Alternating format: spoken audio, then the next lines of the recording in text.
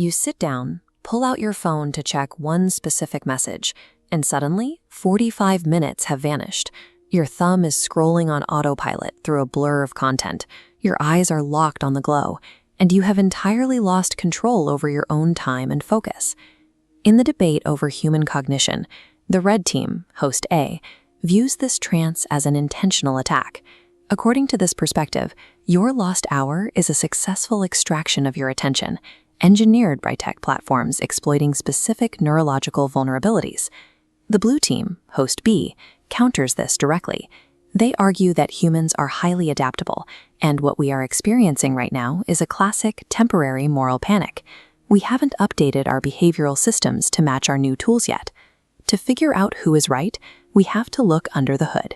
In this episode, we are going to deconstruct the exact mechanical loops algorithms use to capture human attention, and then we will outline a 5-step defense system you can use to reclaim your focus.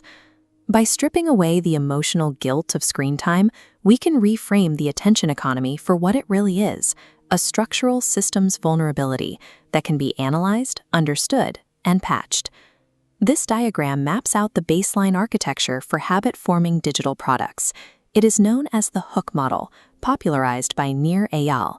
It breaks attention capture down into a sequence. A trigger prompts an action, which delivers a variable reward, leading to user investment. The true trap lies in the third phase, the variable reward. You never know exactly what you are going to get. Will the next post make you laugh, make you angry, or bore you? That unpredictability spikes dopamine and drives compulsive, repetitive behavior. This digital architecture is built directly on the foundation of analog behavioral psychology, specifically the experiments conducted by B.F. Skinner in the mid-20th century. Skinner discovered that animals, and humans, repeat actions far more obsessively when the reward is unpredictable.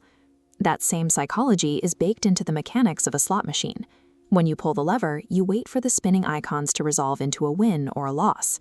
Today, we simply call that the pull to refresh feature on a social media feed. Digital platforms are not neutral utilities waiting passively for your command. They are behavioral traps, precisely calibrated to exploit your baseline neurochemistry. The red team argues that scaling these psychological exploits globally produces severe collateral damage. Former tech insiders like Tristan Harris and the researchers at the Center for Humane Technology have documented exactly what happens when algorithms prioritize engagement above all else. What began as a set of quiet retention metrics inside Silicon Valley tech campuses has escalated into a matter of national alarm, drawing the scrutiny of legislators demanding answers about the neurological toll. The impact is measurable. Research by social psychologist Jonathan Haidt tracks a direct correlation between the adoption of these dopamine loops and a sharp decline in adolescent mental health, interfering with critical stages of brain development. Author Adam Alter defines this class of technology as irresistible.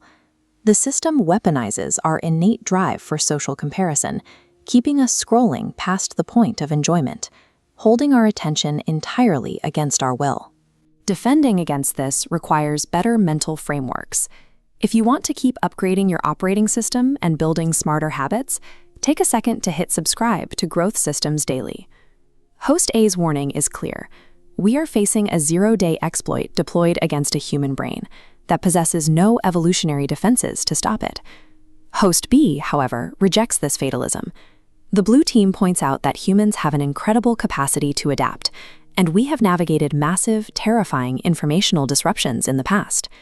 When mass printing was first introduced, critics warned it would destroy memory and overload the public with dangerous, unfiltered information. Society panicked, and then society adapted. In the 1950s, the exact same alarm bells rang for television. Pundits argued the glowing box would permanently erode human cognition and dissolve family structures. Yet we learned to manage it. The core problem, according to Host B, is not that the algorithm exists. The problem is a temporary lack of digital literacy. We simply haven't learned how to design intentional boundaries for this specific tool yet. Treating ourselves as helpless victims of technology is a comfortable excuse. It prevents us from doing the demanding work of building modern behavioral firewalls. Computer science professor Cal Newport offers a philosophy that bridges this divide perfectly: digital minimalism. Newport's framework respects Host B's view by acknowledging we don't need to flee into the woods and abandon technology, but it completely validates Host A by requiring us to ruthlessly curate our digital inputs. If you look at this visual scale, you see the difference. Thousands of rapid, low-quality digital inputs fail to provide the psychological weight and deep fulfillment of a single, intentional, high-quality analog activity. Achieving cognitive sovereignty requires a mindset shift.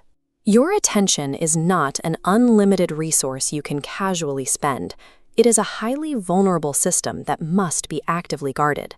Here is the 5-step systems patch to reclaim your focus. Tactic 1. Notification 0. Dismantle the external triggers. Disable every single alert on your phone that does not come from a real human being trying to reach you directly. Tactic 2. Friction engineering. Break the action phase of the hook model.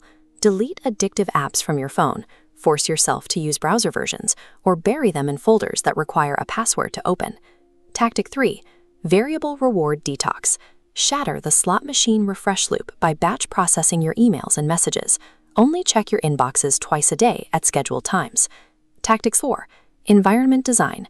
Create physical spaces where the habit cannot occur. Establish your bedroom or your reading chair as a strictly enforced zero-signal zone where devices are physically barred. Tactic 5. High-quality leisure.